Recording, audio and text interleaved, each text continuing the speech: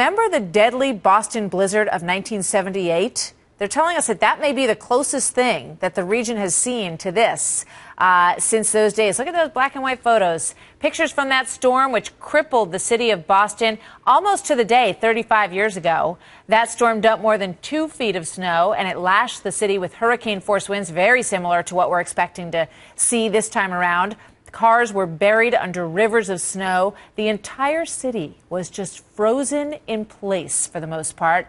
And again, the Bay State governor ordered all vehicles off the road. They don't want to see a repeat of this because what happened was people literally got snowed under in their vehicles, and some of those people died in those cars. That is a very stark memory for a lot of people in the Boston area, and they want to make sure that doesn't happen again. Joining us now is a man who remembers that quite well, radio talk show host Howie Carr. He covered the blizzard of '78 for the Boston Herald. Hi, Howie. How you doing?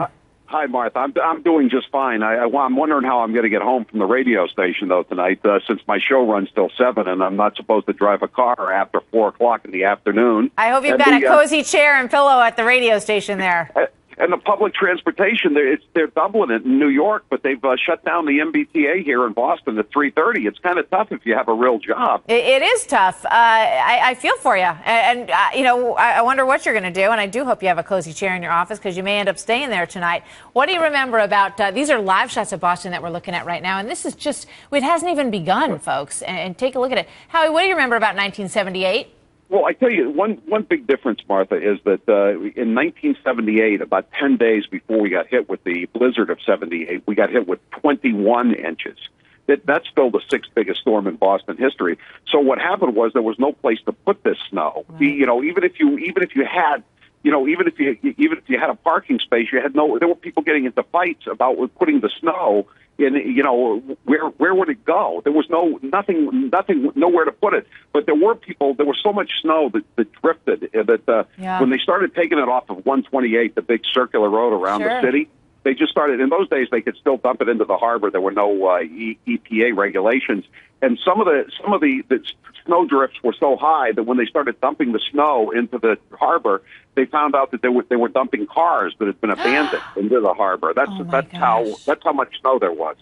And it was a different world. I mean, you know, think back, no cell phones, not a lot of communication, not the kind of warnings that we have now about these weather systems. Totally different world.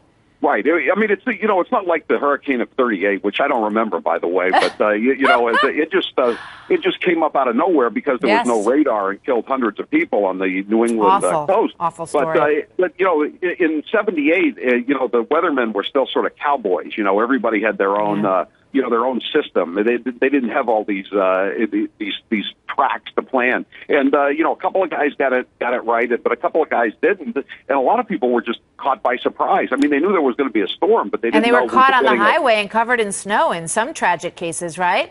Right, exactly. And I think that's what Deval Patrick, his first year, they got caught with a storm that started about 1 o'clock in the afternoon.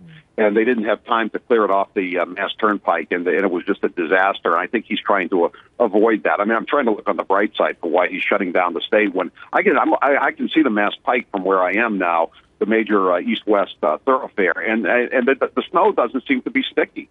You know, it's still in pretty good shape. Well, Howie, I suggest you call the governor. You're a very important person, and I think they should give you a personal snowplow escort in front of your car. You know, don't they know who I am, Don't Martha? they know who you are? Howie, thank you. Good luck up there. All my good friends in the Boston area, we wish you good luck and stay safe, everybody. Thanks, Howie. Good to talk with you. Thanks, Martha. I appreciate it. Bye-bye.